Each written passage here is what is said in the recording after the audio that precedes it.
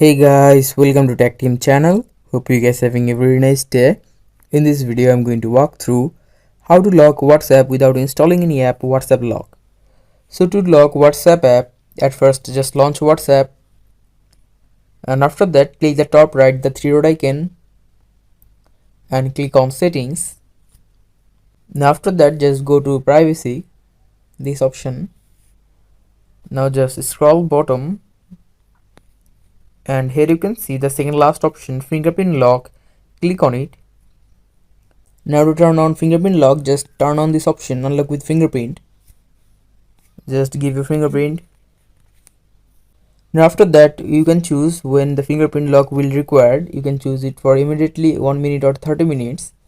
And that's how you can lock WhatsApp without any app. So guys, that's how you can do it.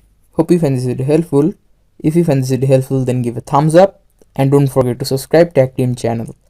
Thank you so much for watching the video.